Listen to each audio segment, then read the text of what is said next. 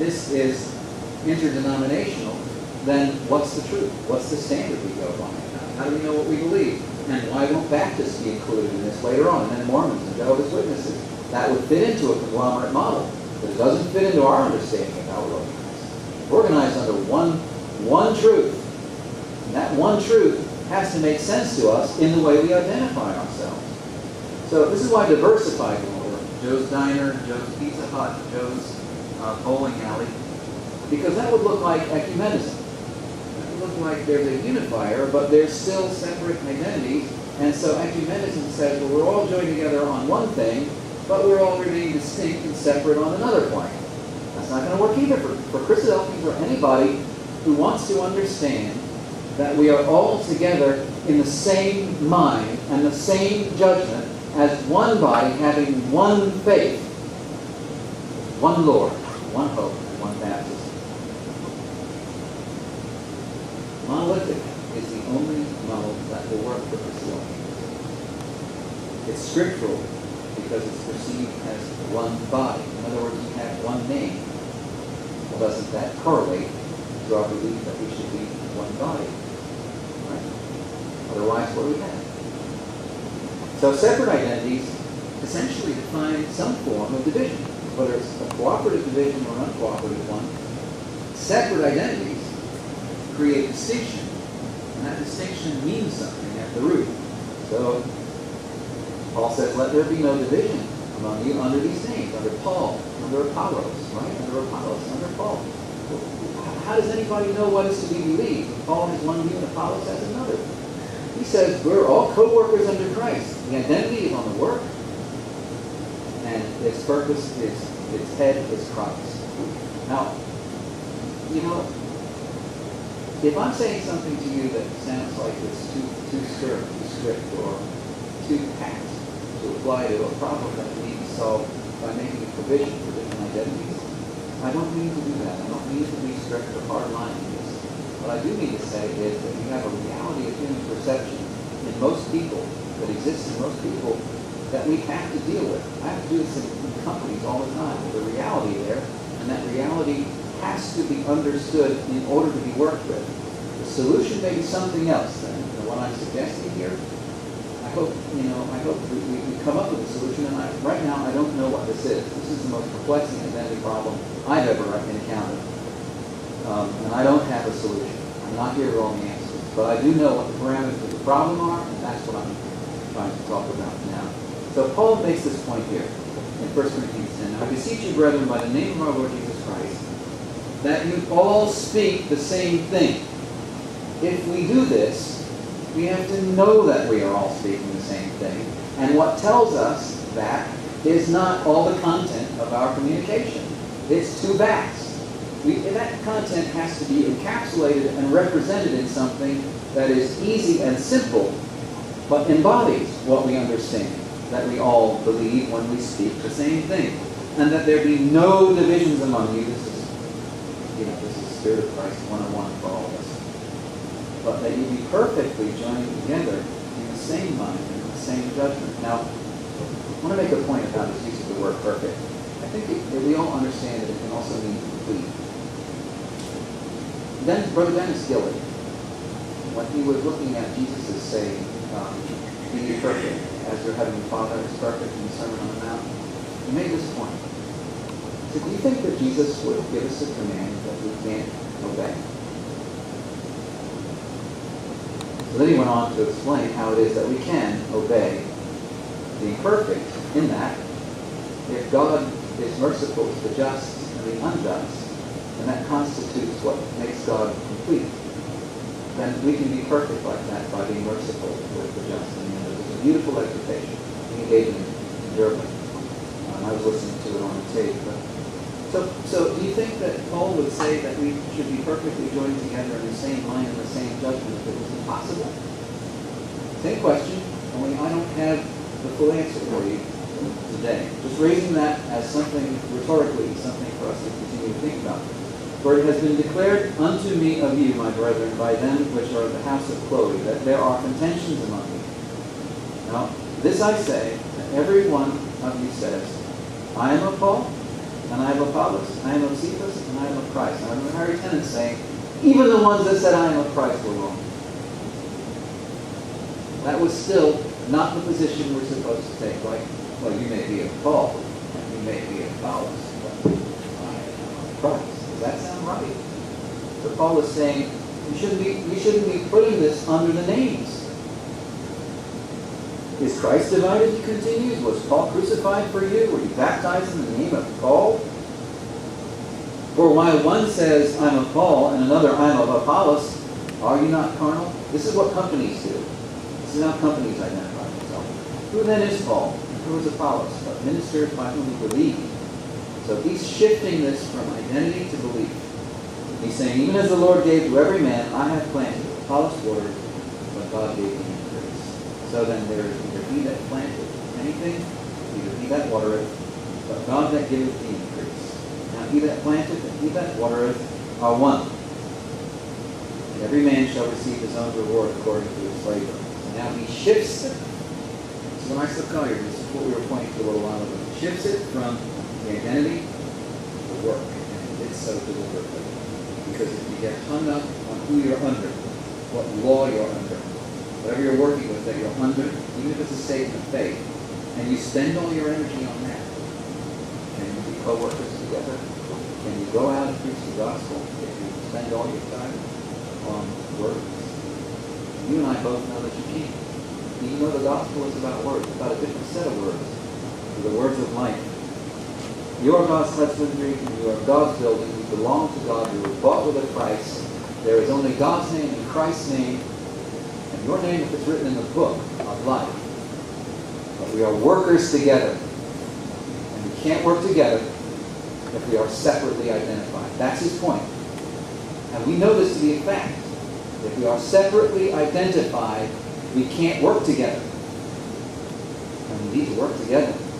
We joined the Central Fellowship because we wanted to work on the gospel. And we knew that we would be able to work together. The best example is that a year later we got $4,000 from the Senior Preaching Fund, which helped us do a bigger effort than we did. Our focus was on the work, not on the identity. So we were able to leave one and join another because our focus was not on the name. It was on the work. There was work to be done. Vineyard of Christ. I speak with passion about that because it's all about bringing people to the part of the salvation.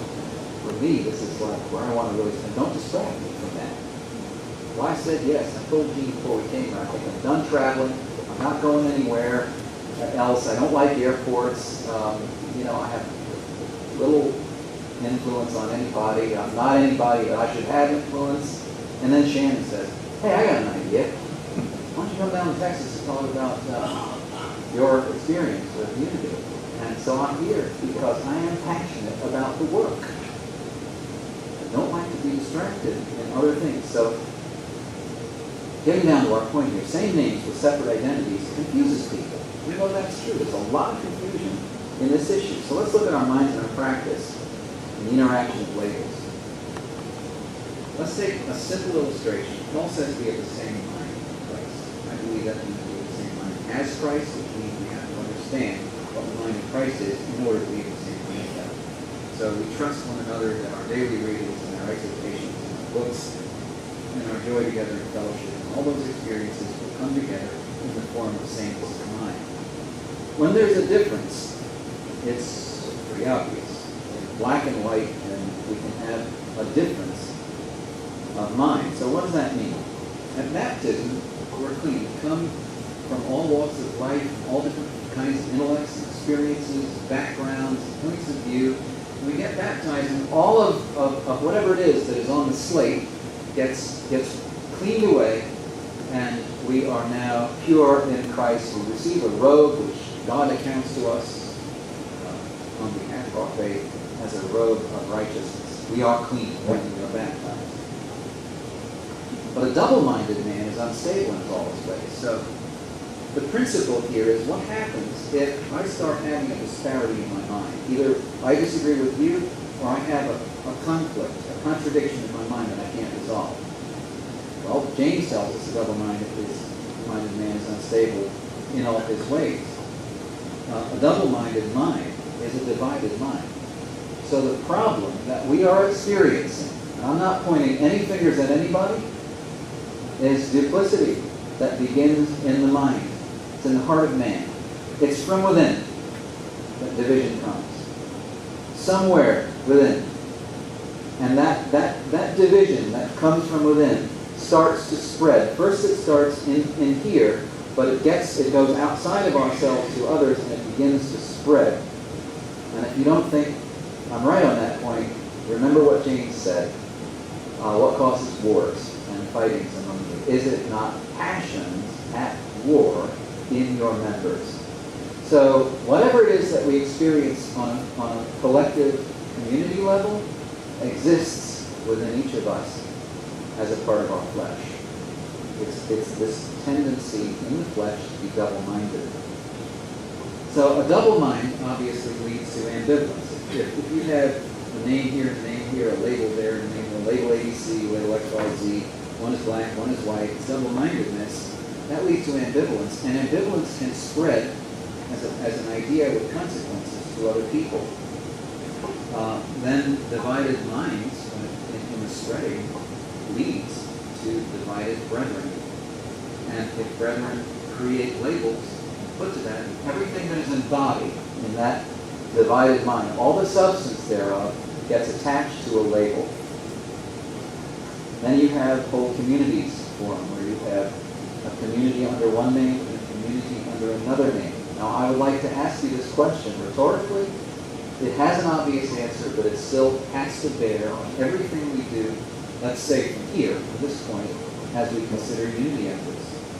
The two fellowships make one body.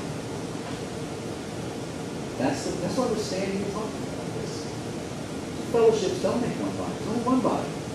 You have two fellowships, how can you say that's one body? It's confusing. It doesn't work under two labels. It doesn't make any sense to anybody. So we have to say there's two bodies? Isaac Collier wrote a piece at length on the existence of this body and that body. Paul spoke about it. We all know how we feel about it personally. I'm explaining to you my perspective on it from all these things. Two fellowships don't make one body, so two fellowships are wrong. Especially if two fellowships exist where there are brethren united in both those fellowships. It doesn't make any sense. It will never work like that. So Paul said, be one. Or Jesus said, be one. And that means the same mind, the same judgment, the same name. And it would be the same statement of faith. How can you have, even if you say, well, I understand the faith. You may, but not everyone will. What we're looking for is everyone to see it the same way, so that we can all recognize that we are in the body of Christ together with no disparity. The only way we can do that is for all of it to line up. The mind, the judgment, the name, and whatever it is that we use to represent our beliefs. Just not going to work with two names and two statements. So Paul said to the Philippians, if there be any consolation in Christ, any comfort, love, if there's going to be any fellowship of the Spirit, any battles and mercies, fulfill my joy, and be like-minded, having the same love, being of one accord, of one mind. Let nothing be done through strife or painfully, but in lowliness of mind, let each esteem another better than himself. When we recognize this love, we said, by what spiritual principle would we insist on our own heart? That's not what Christ did. He yielded to his Father's will. He said you can't exercise authority over one another. We couldn't take a position where, we know we've been right all these years, so we'd like for you to recognize that we're right. We'll have our identities and we'll stay where we are in our rightness. We couldn't do that. We also couldn't put a burden on our brethren to accept us that they couldn't bear because it was too complicated for everyone to understand why we felt we should be accepted as we were. So we said, we'll change the status so that it can be recognized as being one. That worked. When we apply that, all these, what Irene and I have been talking about to ourselves, we adopted the name, its substance, what represents in the statement of faith, and sameness of mind and judgment by yielding to what appears to be a collective judgment of Christendom worldwide. And we've been blessed as a result. We've grown, we've had more baptisms than ordinary. We've met people that we've learned to love and trust. And we have found to be true the point that if you do, there will be this fellowship that is full of mercy and joy and love in one accord.